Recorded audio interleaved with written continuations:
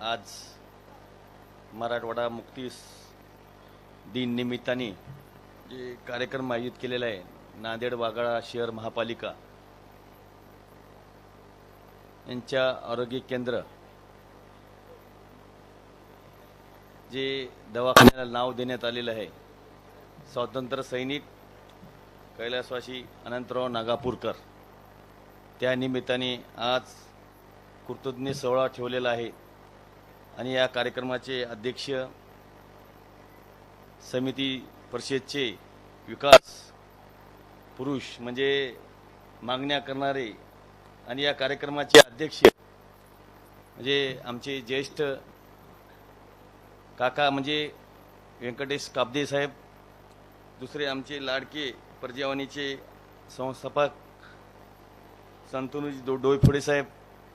दुसरे आमचे सहकारी म्हणजे आमचे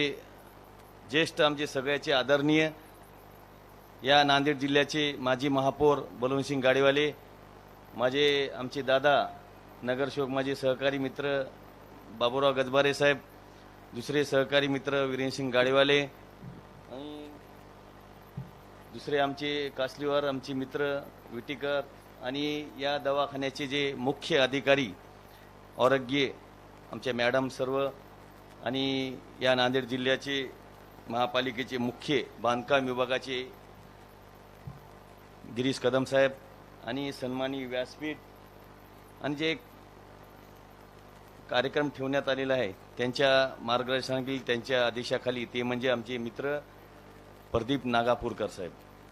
आणि समोर बसलेले आमचे सोनवणे दादा, आमचे माजी नगरसेवक ज्येष्ठ भारतीय साहेब, दुसरे शाने साहेब आणि सर्व ज्येष्ठ मंडळी मित्रमंडळी माता भगिनी आणि सर्वांना जयमारस करतो आणि या भागातील सर्व रहिवासी सर्व ज्येष्ठ मंडळी सांगू इच्छितो की सर्वात प्रथम मराठवाडा मुक्ती दिन निमित्ताने सर्वांना मी शुभेच्छा देतो आणि हा जे कार्यक्रम आयोजित केलेला आहे महापालिकेने त्यांच्या आयोजकाखाली मागच्या वेळेस मी कोरोनाच्या पिरियडला आलतो त्यावेळेस नागापूरकर साहेबाचं नाव नव्हतं, बरोबर आहे की होतं का नव्हतं आणि त्यावेळेस मी बी नगरसेवक होतो त्यावेळेस ज्यावेळेस ठराव आणला होता वीरेंद्र सिंह आपले हमारे वीरेंद्र सिंह भैया थे, विनय गोरम थे, म्हणजे असे आम्ही 7-8 या मतदारसंघातलीच नगरसेवक होते 4-5 आणि मी होतो त्याच्यातून ज्यावेळेस नाव देण्यासाठी ठराव आणला आणि ठराव आल्यानंतर महापालिकेत कोणीच विरोध केला नाही म्हणजे एवढा चांगला ठराव दवाखान्याला नाव देण्यासाठी आणि ज्या माणसानं मराठा मुक्ती दिनानिमित्ताने ज्या आपला मराठा वाडा हे एक निजाम हैदराबादला लागून होता आणि ते त्या चळवळीमध्ये भाग घेणारे कैलासवासी अनंतराव नागापूरकर आणि याच्यामध्ये खूप मोठं योगदान आहे आणि त्याचंच नाही त्याच्यासोबत आमचे ज्येष्ठ कैलासवासी सुधाकर डोईफोडे साहेब, तसेच नरहरी कुरुंदकर साहेब असे बरेच काही आमचे ज्येष्ठ मंडळी त्या चळवळीमध्ये भाग घेतलेले आहेत आणि अशा माणसाचं मोठं खूप योगदान आहे